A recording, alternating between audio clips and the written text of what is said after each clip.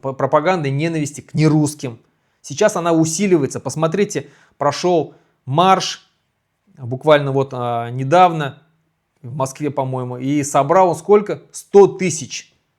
100 тысяч человек. Мы русские! С нами Бог! Мы русские! С нами Бог!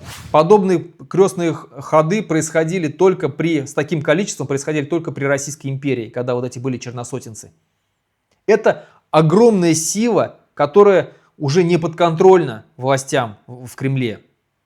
И рано или поздно они просто начнут действовать сами по себе, управляемые попами, священниками из РПЦ, потому что вот они в очень тесной связке. А священники из РПЦ прям конкретно говорят, что все беды от мусульман, что их враг — это ислам. Они прям открыто об этом заявляют.